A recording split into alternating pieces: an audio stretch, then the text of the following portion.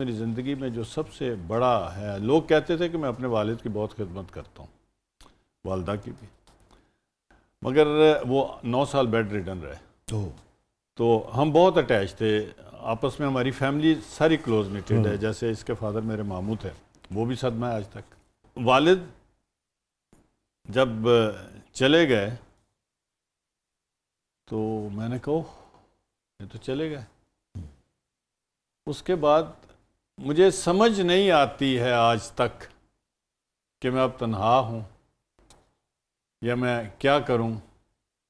میں اب آپ کو بتا نہیں سکتا، نہ یہ گلٹ ہے نہ یہ ریگریٹ ہے، بٹ وہ جو میں کہتا ہوں کہ نہیں یار میں نے کچھ بھی نہیں کیا اپنے والد کے لیے، میں نے کچھ بھی نہیں کیا.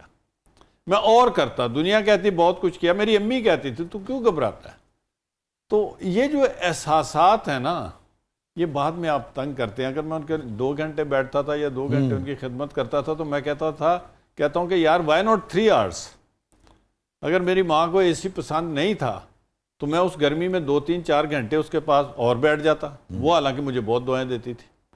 تو یہ جو چیزیں ہیں نا، یہ زندگی میں مختلف سٹیجز پر مختلف چیزیں آپ کے اندر ہوتی رہتی ہیں. جیسے آپ نے فرمایا، کسی صاحب کی مثال دی، جب میرا بیٹا صرف 19 سال کا تھا تو وہ کینیڈا پڑھنے چلا گیا.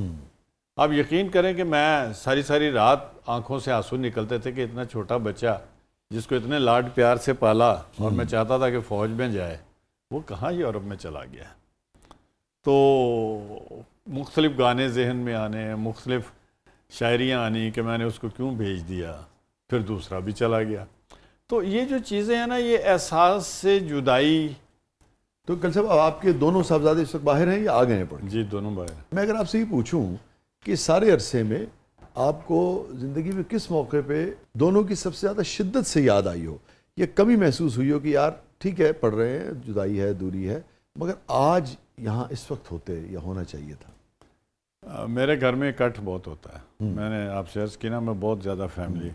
تو ابھی بڑی عید ہوتی ہے جب بھی، تو جب وہ نہیں ہوتے ہیں تو اس دن مجھے ساری رونق لگی ہوتی ہے. مگر میری نظر میں ان میں سے جو اگر ایک نہ ہو یا دونوں نہ ہوں تو میرا دماغ ادھر ہی ہوتا ہے، خالی خالی لگتا، خالی خالی سے رکھتا ہے. حالانکہ تیسرا بیٹا میرا بہت اوبیڈینٹ ہے، وہ میرے ساتھ ہوتا ہے ہر وقت، وہ ساری چیزیں وہ کرتا ہے جو میرے ذہن میں ہوتی ہیں. مگر وہ جو دونوں بڑے نہیں ہوتے. یاد آ گیا وہ ایک فلم ہے آپ نے دیکھی ہوگی، گاڈ فادر، جی ہے نا؟ وہ تو بالکل ہی ہمیں رونا شروع ہو گئی آپ کی بات سن کے. مجھے اندازہ نہیں تھا کہ فاطمہ اتنی.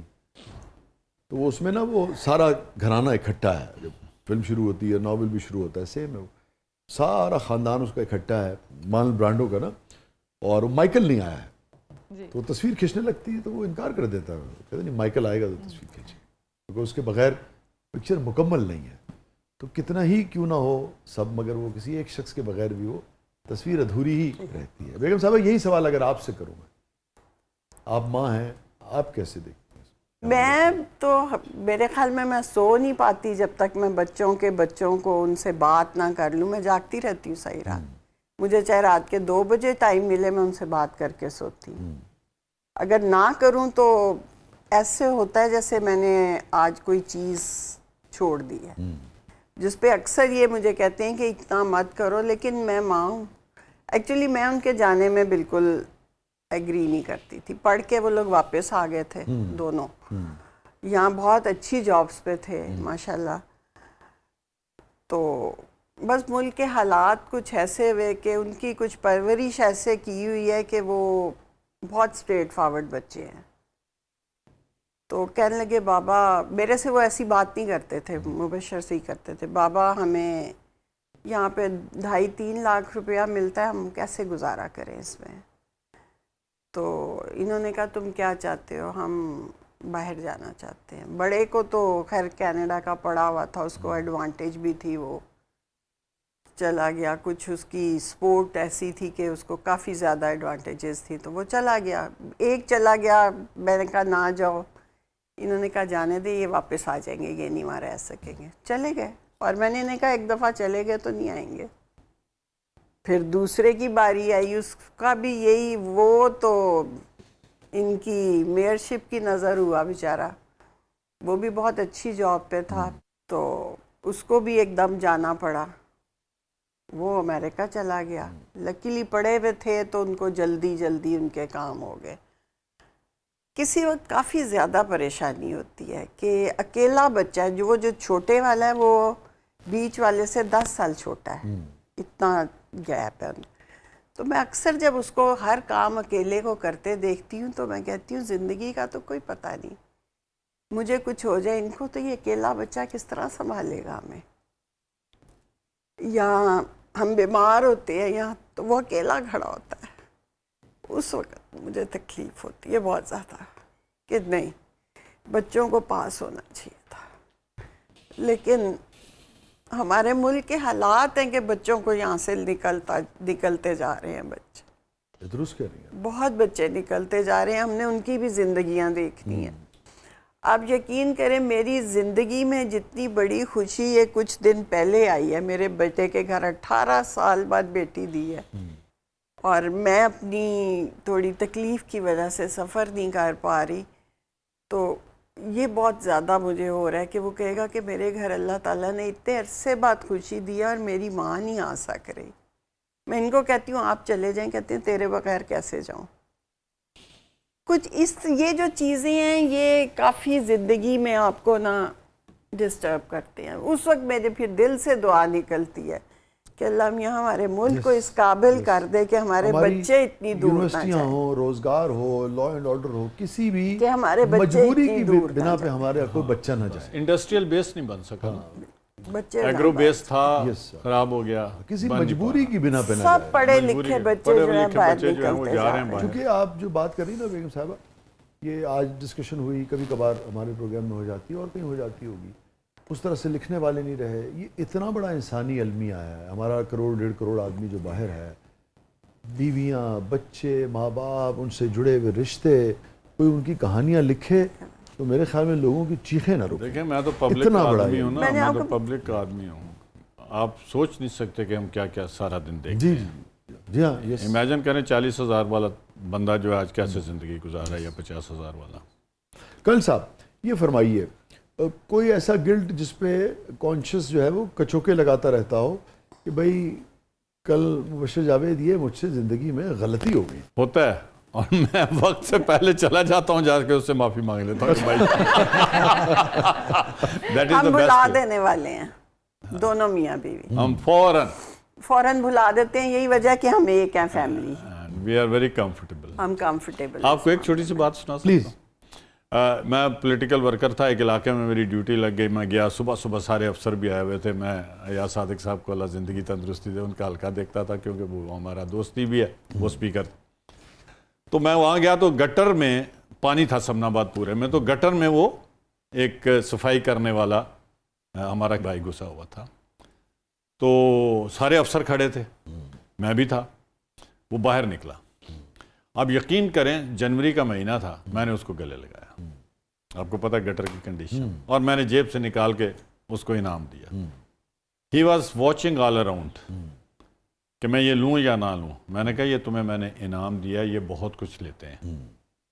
اور اس کی آنکھوں میں اس وقت جو چمک اور جو خوشی تھی نا، میں بہت لوگوں کی آنکھوں میں دیکھتا ہوں کہ مجھے وہ ایسے جیسے میرے ذہن کے اندر انگریو کر گئی ہوئی ہے.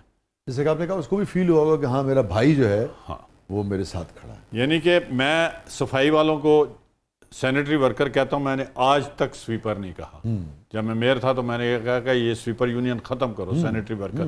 دیکھیں ہم سب انسان جیسے برابر سارے کام ہیں اسی طرح سے ہم ایک سارے کام ہے. انسان برابر ہیں. سب یہ برابر ہم لوگوں نے ہندو جو تھی نا تھیوری، اس جی کے جی. حساب سے کلاسز کریٹ کر دیے.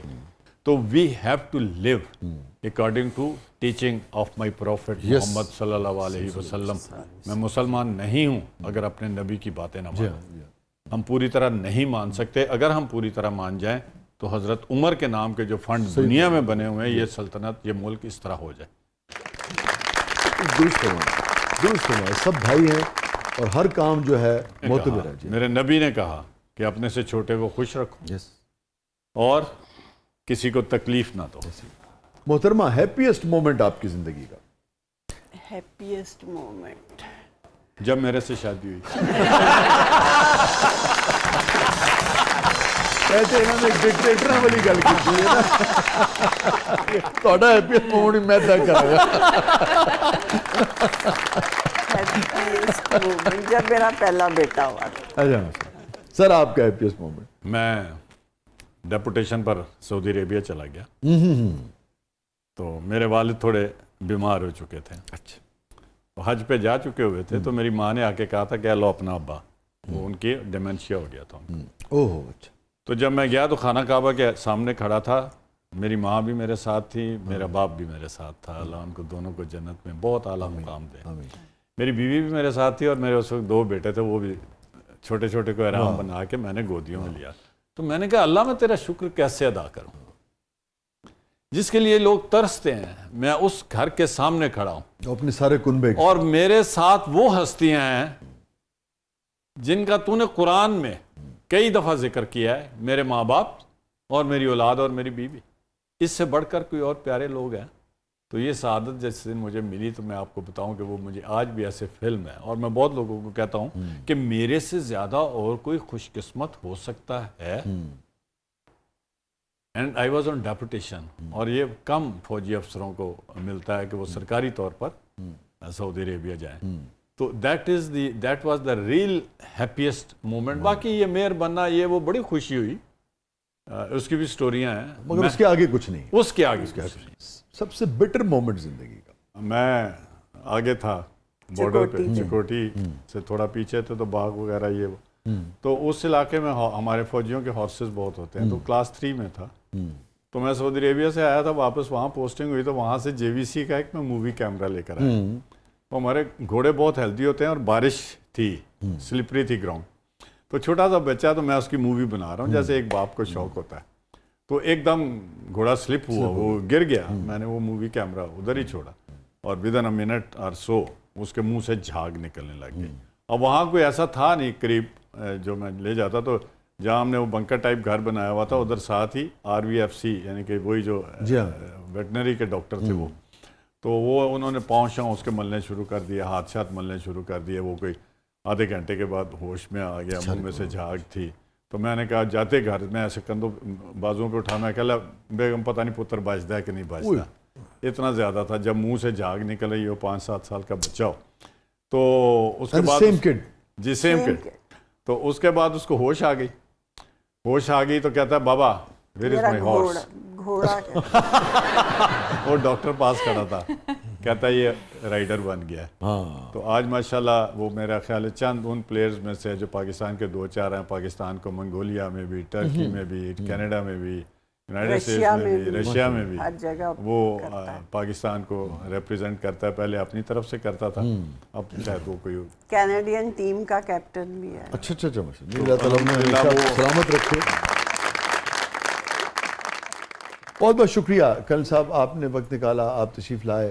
تھینک یو سو مچ. بہت بہت شکریہ بیگم صاحبہ, آپ نے وقت نکالا. خاص طور پہ آج اب علالت سے آپ اٹھی ہیں اور بہت اچھی بات ہے, اللہ تعالیٰ نے آپ کو صحت کاملہ عطا فرمائی. میں آپ کی بہت بڑی فین بھی ہوں, میں آپ کو سنتی بھی ہوں. مجھے بڑا اچھا لگا آ کے, اور میرے خیال میں میری یہ زندگی کا پہلا موقع ہے کہ میں اس طرح آئی ہوں.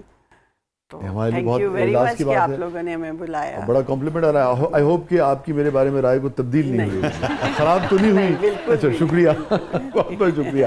تھینک یو سو مچ. بہت ہی اچھا لگا. آپ جیسی جو سینئر خاتون ہیں, بہت ہی معتبر, اتنی پڑھی لکھی, کرنل صاحب تشریف لائے ہیں.